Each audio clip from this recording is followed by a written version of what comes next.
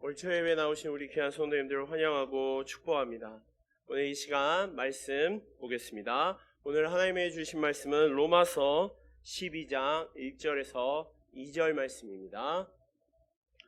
로마서 12장 1절에서 2절까지의 말씀 우리 다 같이 보도록 하겠습니다. 우리 다 같이 한 목소리로 우리 1절부터 2절까지 봉독하겠습니다.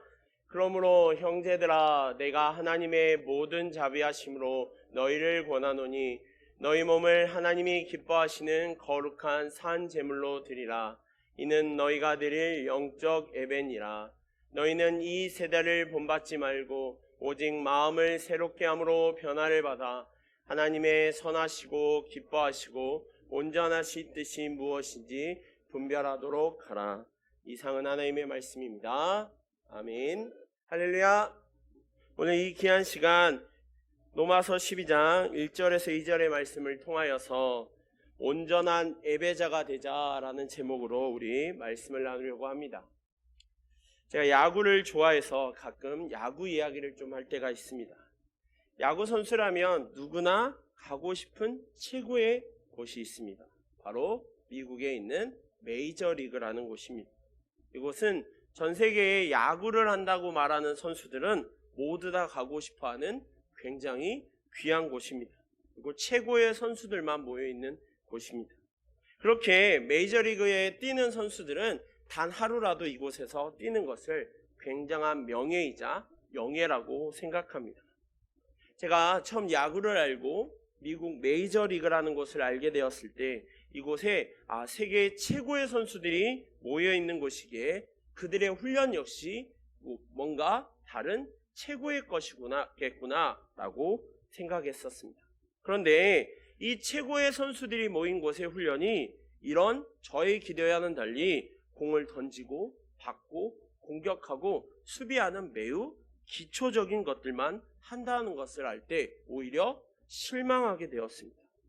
보통 이런 훈련들은 아주 어린 나이에 초등학교, 중학교, 고등학교, 대학교 때 유망주라고 불릴 때 하는 훈련들인데 최고의 선수들이라고 말하는 선수들이 왜 굳이 이런 훈련을 할까라는 의문이 들게 되었습니다. 그런데 제가 나중에 야구에 좀 더 관심을 가지고 야구에 대해 조금 더 깊이 알다 보니 이해가 깊어지면 깊어질수록 이 기본이 얼마나 중요한지를 알게 되었습니다. 이 기초가 잘 형성되고 이 기초가 제대로 형성되지 않으면 그 선수는 슬럼프가 오게 되고 결국에는 도태되어 방출될 수밖에 없다는 것을 알게 되었습니다.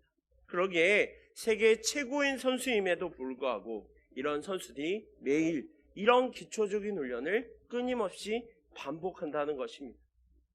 어쩌면 우리의 신앙생활 역시 마찬가지인 것 같습니다. 우리의 신앙생활 역시 올바른 길로 하나님께서 맡겨주신 귀한 은혜 안에 나아가기에 위해 기초가 너무나도 중요하다는 것입니다. 기초가 무너지면 우리의 신앙생활 역시 무너지기 때문입니다. 그럼 우리의 신앙생활을 올바로 세우기 위한 그 기초는 어떤 것을 쌓아야 할까요? 무엇보다도 우리는 예배의 그 기초를 올바로 세워야 합니다. 왜냐하면 예배가 곧 우리의 생활 중에 가장 기본이 되기 때문입니다. 지난주에 우리는 맥추감사절로 예배를 드렸습니다.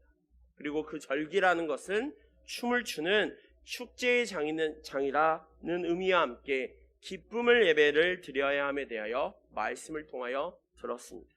그리고 그 말씀 가운데 저에게 깊은 울림을 주는 말이 있었습니다.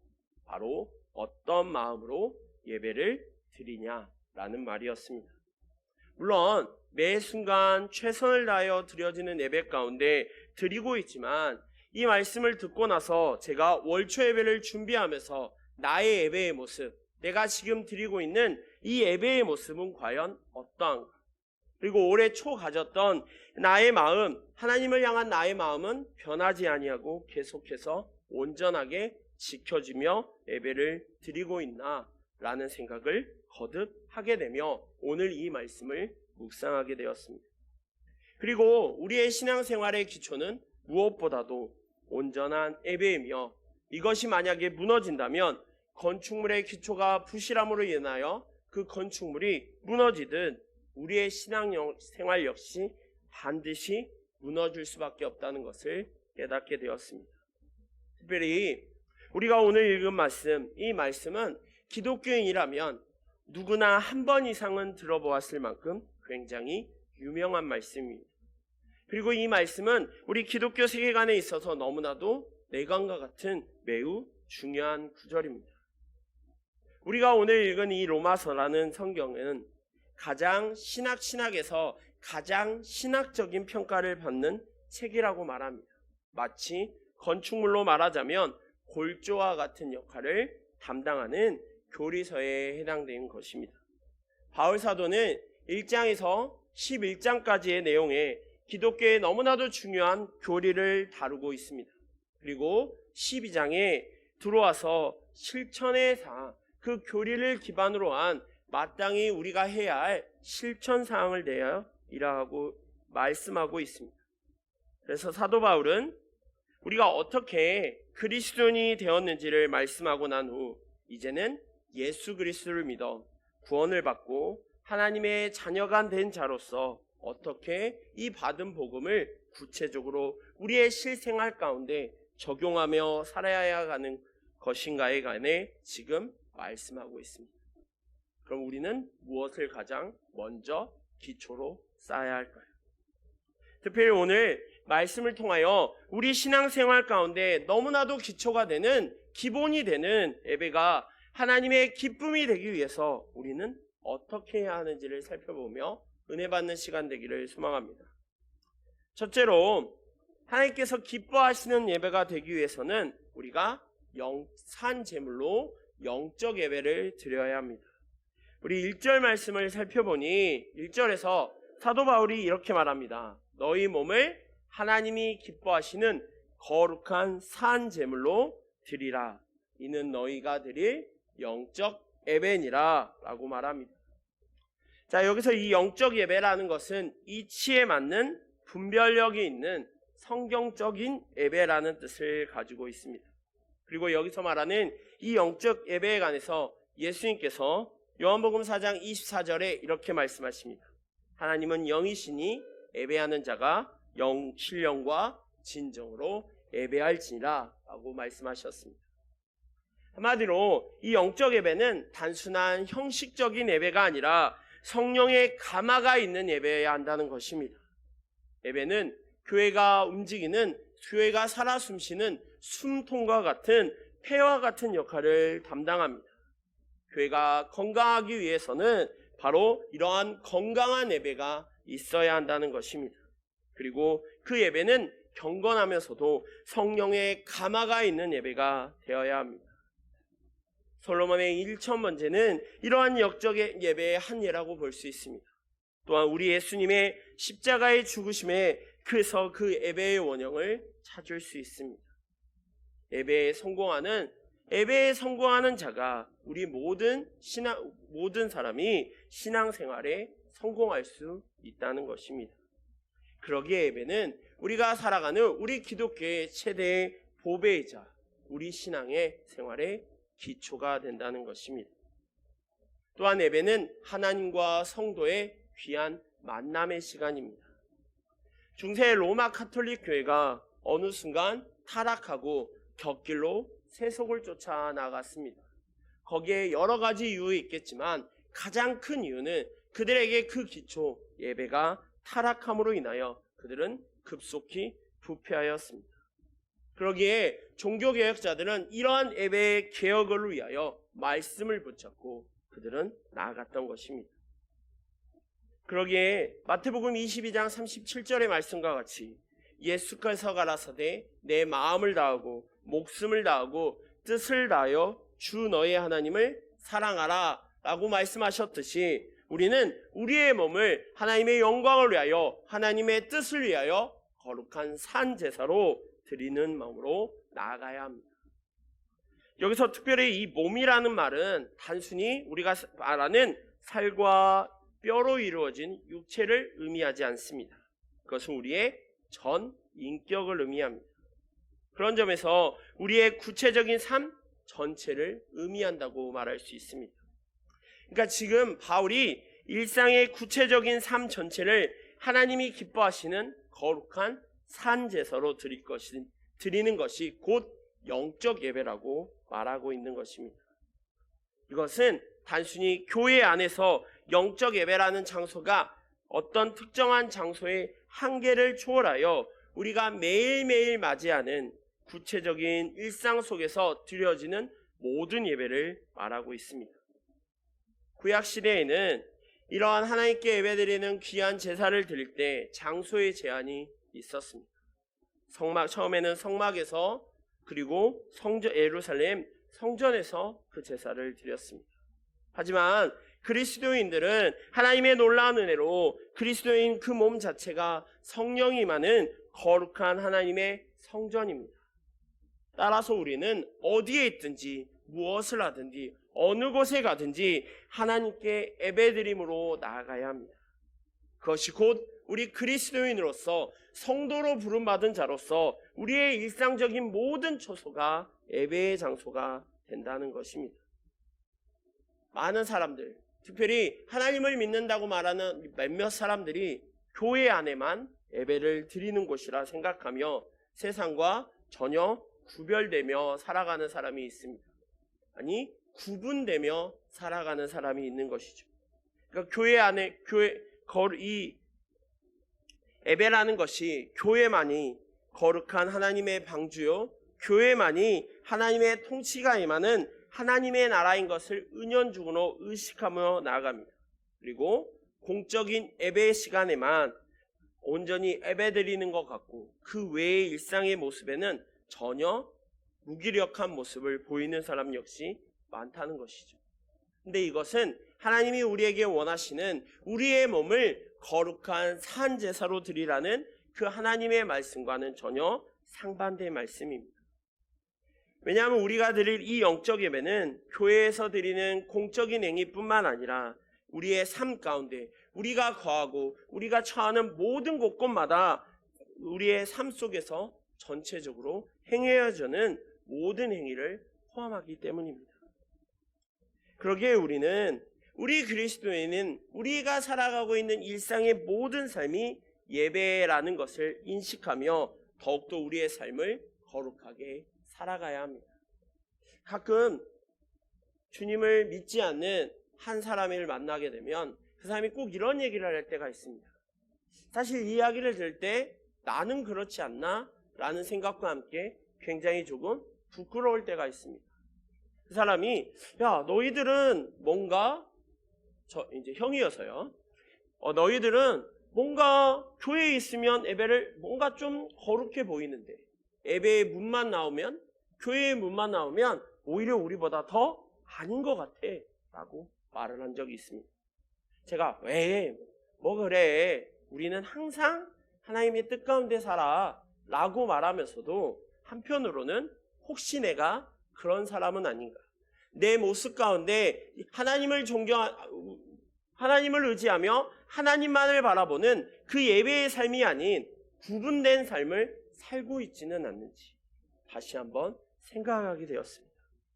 사랑하는 성도 여러분, 하나님께서는 우리에게 오늘 이같이 말씀하신 것은 우리의 삶 전 영역에 하나님의 주권을 선포하시기를 원하고 계십니다. 하나님께서 우리의 의로운 삶을 예배로 받으시기를 원하신다는 것이죠. 그렇게 우리는 오직 먹든지 마시든지 무엇을 하든지 그리고 어디에 있든지 어느 곳에 있든지 하나님의 영광을 위하여 하나님의 뜻을 위하여 거룩하게 살아가야 합니다. 그것이 바로 우리가 하나님께 드릴 거룩한 몸으로 산 제사로 드릴 영적 예배를 드리는 모습입니다. 오늘 이 시간 우리의 모습을 다시 한번 돌아보길 원합니다. 내가 정말 하나님 앞에 나의 몸을 거룩한 산 제사로 영적 예배로 드리고 있는지 오늘 그것을 꼭 깨달으며 더욱더 우리의 기초가 되는 이 예배를 온전히 하나님이 기뻐하시는 예배로 드리는 우리 귀한 성도들 되시기를 소망합니다. 두 번째로 하나님이 기뻐하시는 예배가 되기 위해서는 우리의 마음을 새롭게 해야 합니다. 우리 2절 말씀을 보겠습니다. 우리 2절 말씀에 살펴보면 너희는 이 세대를 본받지 말고 오직 마음을 새롭게 함으로 변화를 받아 하나님의 선하시고 기뻐하시고 온전하신 뜻이 무엇인지 분별하도록 하라 라고 말하고 있습니다. 자, 여기서 말하는 이 변화라는 것은 현재 미완료 형태를 말합니다. 한마디로 이 변화는 계속해서 일어나야 한다는 것을 의미하죠. 그런데 이 변화라는 것은 단순히 우리가 겉보이는 겉모습에 머무는 것이 아니라 우리의 내면에 있는 우리의 본질적인 요소들이 변화라는 것을 말하는 것입니다. 성도는 하나님께 합당한 삶을 살고자 한다면 우리가 먼저 변화해야 합니다. 우리의 내적 모습이 변하지 않는다면 우리는 결코 하나님이 기뻐하시는 거룩한 예배를 드릴 수가 없습니다. 그럼 우리는 어떻게 변화해야 할까요? 우리는 예수 그리스도를 바라보며 예수 그리스도를 닮음으로 나아가야 합니다. 우리의 성품이 그리스도와 같이 예수 그리스도와 같이 변화되어야만 우리는 비로소 우리의 삶 전체를 하나님이 기뻐하시는 거룩한 산 제사로 드릴 수 있습니다. 과거의 우리의 모습을 살펴보면 우리는 매우 우리의 성품은 죄의 종로를 하던 악한 성품이었습니다. 그러기에 우리가 행하는 모든 것들은 악할 수밖에 없었습니다. 그리고 마귀에게 휘둘리며 마귀가 좋아하는 일을 할 수밖에 없는 존재들이었습니다.